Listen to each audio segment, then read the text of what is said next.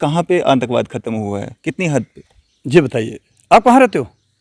मेरे रहने से कोई फर्क नहीं नहीं, पड़ता, मैं आपका घर जर्नलिस्ट हूँ। कहाँ है? मेरे रहने से मुझे कोई तो फर्क आप नहीं पड़ता। कश्मीरी लगते हो। मैं कश्मीरी नहीं हूँ, कहाँ? मेरे को सब जानते हैं। वो भाई है मैं कहाँ के हो? मैंने सवाल पूछा है, आप जवाब मैं दीजिए। इसलिए पूछता हूँ, आप कहाँ के हो? मेरे रहने से कोई फर्क नहीं पड़ता है तो सर। आप ये बताइए, आपको रहने से फर्क नहीं पड़ता, आप भारत में रहते हो। बिल्कुल। भारत में रहते हो ना? बिल्कुल। आप ये बताइए, जो पिछले 70 साल के मुख्यमंत्री आपके कश्मीर में बैठे हुए हैं, इन लोगों ने ये क्यों नहीं खत्म किया? आज तो बीजेपी कर रही है, बीजेपी कर रही है ना, बीजेपी कर रही है, हम बीजेपी की ही बात कर रहे हैं, हम बीजेपी की ही बात कर रहे हैं। इन लोगों ने क्या किया था पहले, आपको पता? बीजेपी की ही बात कर इन रहे हैं। लोगों ने किया क्या था? जो पिछले मुख्यमंत्री हैं, इन लोगों ने मिल डंडों को पकड़ना, जेल में ठोकना, 4 साल के बाद उसको छोड़ देना। आज बीजेपी ने फैसला लिया है, इनको गोली खिलाओ, जम यात्रा भेजो। आप देख रहे हैं न्यूज़ 7 इंडिया और मैं हूं अरफाज अहमद डैंग। आज की मुलाकात में हमारे साथ मौजूद हैं बाबा चंचल सिंह जी। बाबा चंचल सिंह जी पहले भी बीजेपी में थे, बीच में कुछ खटास आई थी टिकट को लेके, उसके बाद फिर से बीजेपी में ज्वाइन हुए हैं। इनसे बात करते हैं। सर, सबसे पहले आज की प्रेस कॉन्फ्रेंस का क्या मेन मकसद था? सर, इसका मकसद सिर्फ यही था, बार बार ये जब भी आते हैं तालिबान की बात करते हैं।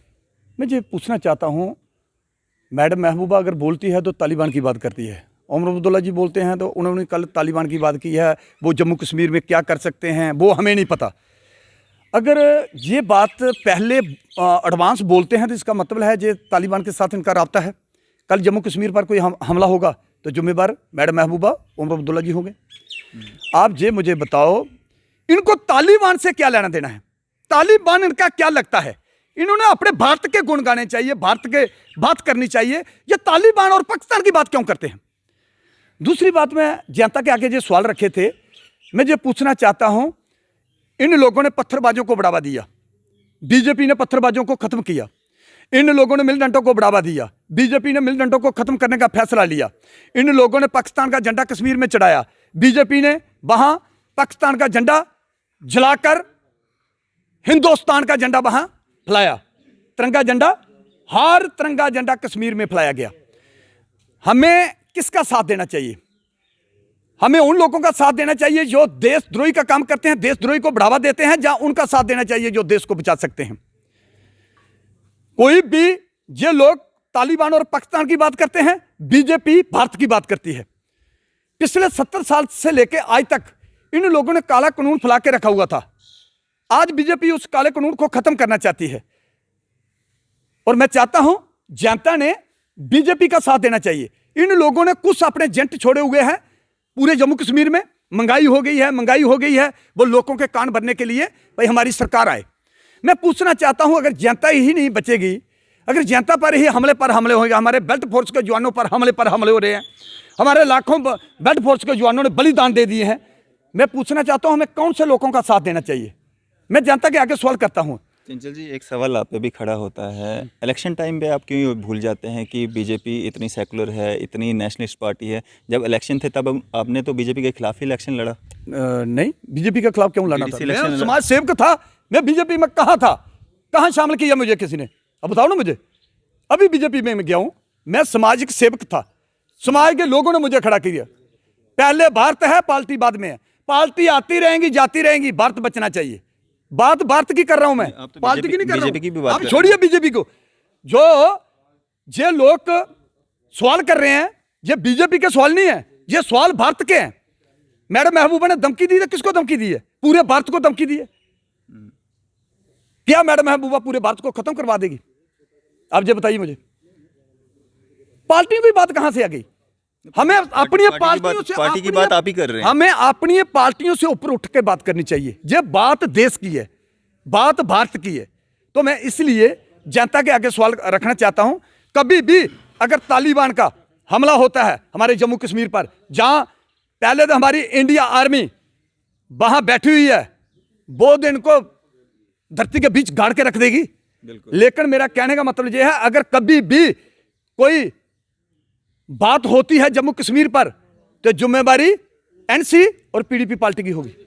जो एडवांस कह रहे हैं, रोक के किसने रखा है? जब अगर वो इस तरह की बातें कर रहे हैं तो क्यों नहीं कानूनी कार्रवाई होती है? सेंटर में भी बीजेपी है, यहाँ पे भी इनडायरेक्टली बीजेपी है, कार्रवाई क्यों नहीं देखने को मिलती है? खाली भाषणबाजी क्यों होती है? पहले इन लोगों को नजरबंद किसने? पिछले 70 साल से लेके आज तक मुख्यमंत्रियों को नजरबंद किसने किया?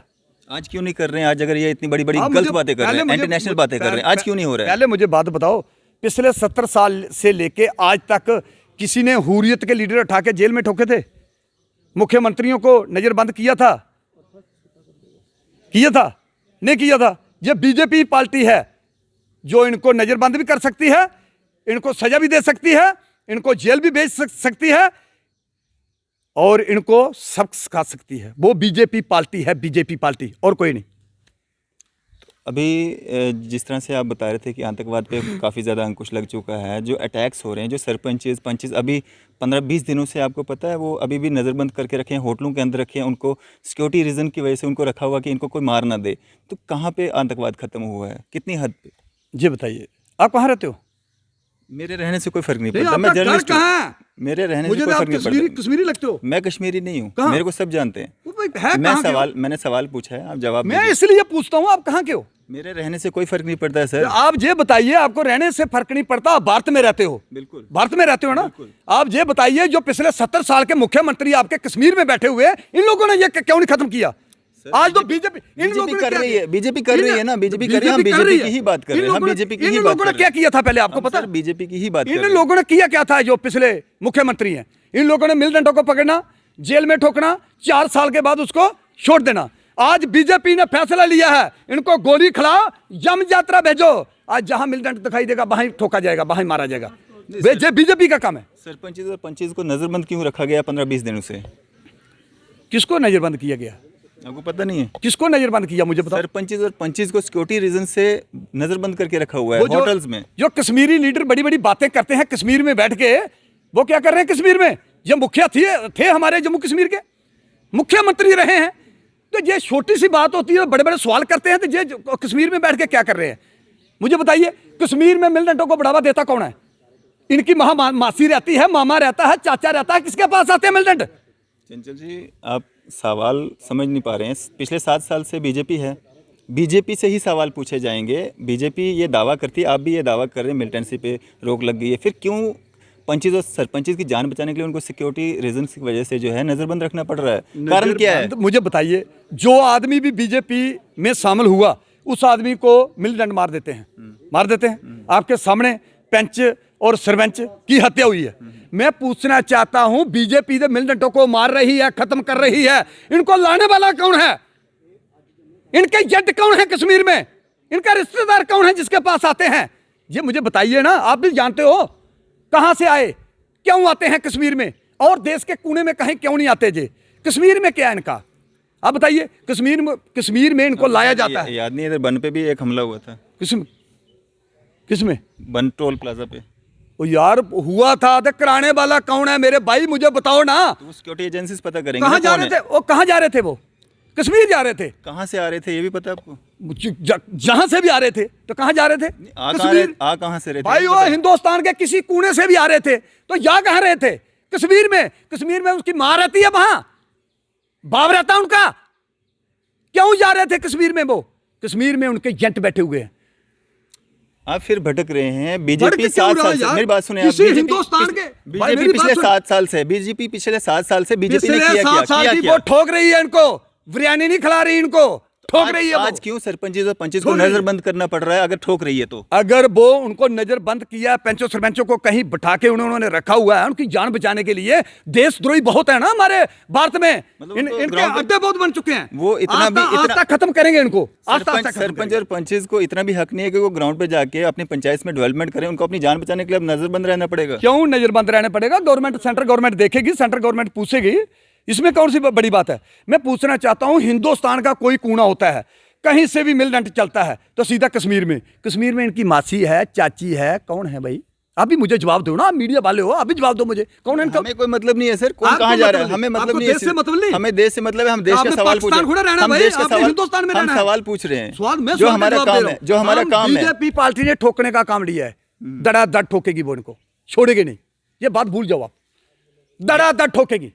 सईद अली शाह गिलानी की डेथ हो चुकी है रात को, क्या कहना चाहेंगे?